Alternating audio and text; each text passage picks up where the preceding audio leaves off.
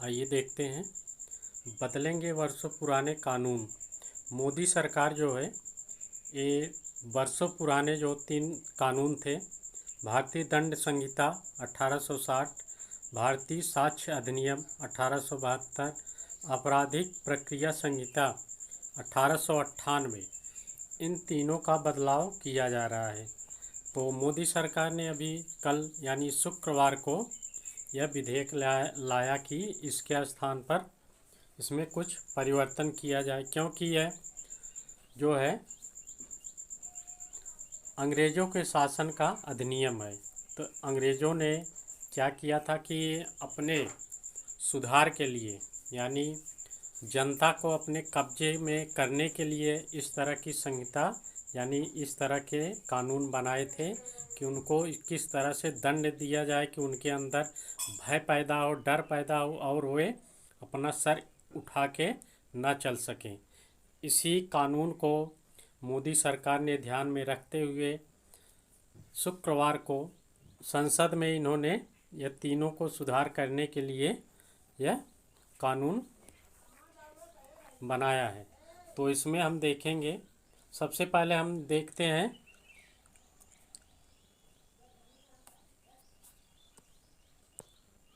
सबसे पहले हम देखेंगे भारतीय दंड संहिता 1860 जो लागू हुआ, इसे आईपीसी यह क्या है इसके बारे में हम देखें। आईपीसी की धारा 124 ए क्या कहता है। जो दंड का प्रावधान किया गया है वह आईपीसी धारा 124 ए के अंतर्गत है। यह जो है कानून अंग्रेज़ों द्वारा लगाया गया था अपनी सुविधा के अनुसार, यानी वह जनता पर अपना अधिकार जमा सके, उनको सर उठाने का हक ना हो।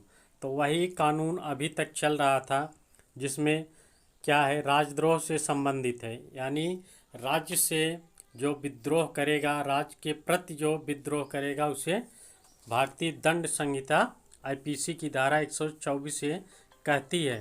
तो इसमें क्या कहती है, जो कोई भी शब्दों के माध्यम से या मौखिक या लिखित या संकेतों द्वारा या दृश्य प्रतिबिंब प्रतिनिधित्व द्वारा या भारत में कानून द्वारा स्थापित सरकार के प्रति घृणा या अवमानना लाता है या उत्तेजित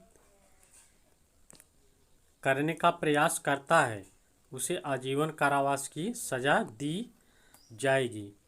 क्या है आईपीसी 124 से कहती है कि अगर कोई अपने देश के प्रति यानी लिखित रूप से या मौखिक रूप से या दृश्य प्रतिनिधित्व द्वारा या भारत में कानून जो स्थापित है उसके प्रति घृणा भाव रखता है या किसी को उत्तेजित करता है कि देश के प्रति उसके खिलाफ, तो उसे क्या है आजीवन कारावास की सज़ा दी जाएगी।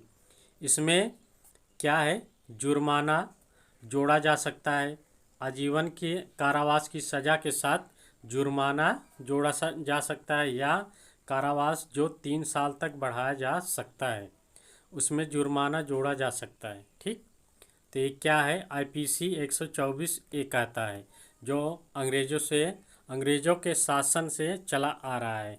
तो इसमें आगे देखें, इस पर विधि आयोग ने क्या कहा था कि जून में विधि आयोग ने राजद्रोह कानून का पुरजोर समर्थन किया था और कहा था कि इसके इस्तेमाल की परिस्थितियों से जुड़े बदलावों के साथ इसे बरकरार रखा जाना चाहिए। तो विधि आयोग का ये था कि इसे बरकरार रखा जाना चाहिए। आयोग ने अपनी रिपोर्ट में कहा था कि भारतीय दंड संहिता आईपीसी की धारा 124 ए को निरस्त करना भारत में मौजूद ज़मीनी हकीकत से मुंह मोड़ना होगा। ठीक, इसको अगर निरस्त करना है तो क्या है कि ज़मीनी हकीकत से मुंह मोड़ना होगा। इस तरह से आयोग ने सिफारिश की थी कि राजद्रोह के लिए सज़ा को 3 साल की जेल से बढ़ाकर आजीवन कारावास या 7 साल तक की जेल की सज़ा दी जाए। तो यह किसका विचार था विधि आयोग का, लेकिन जो इस समय नया कानून बनने जा रहा है तो कौन सा कानून है? वह कानून है भारतीय न्याय संहिता की धारा 150। ये नया कानून लागू होने जा रहा है। तो इसमें क्या है, भारतीय न्याय संहिता की धारा 150 भारत की संप्रभुता, एकता और अखंडता को खतरे में डालने वाले कृत्यों से संबंधित है। किससे संबंधित है? संप्रभुता, एकता और अखंडता को खतरे में डालने वाले कृत्यों से संबंधित है। यह कौन सा धारा? 150।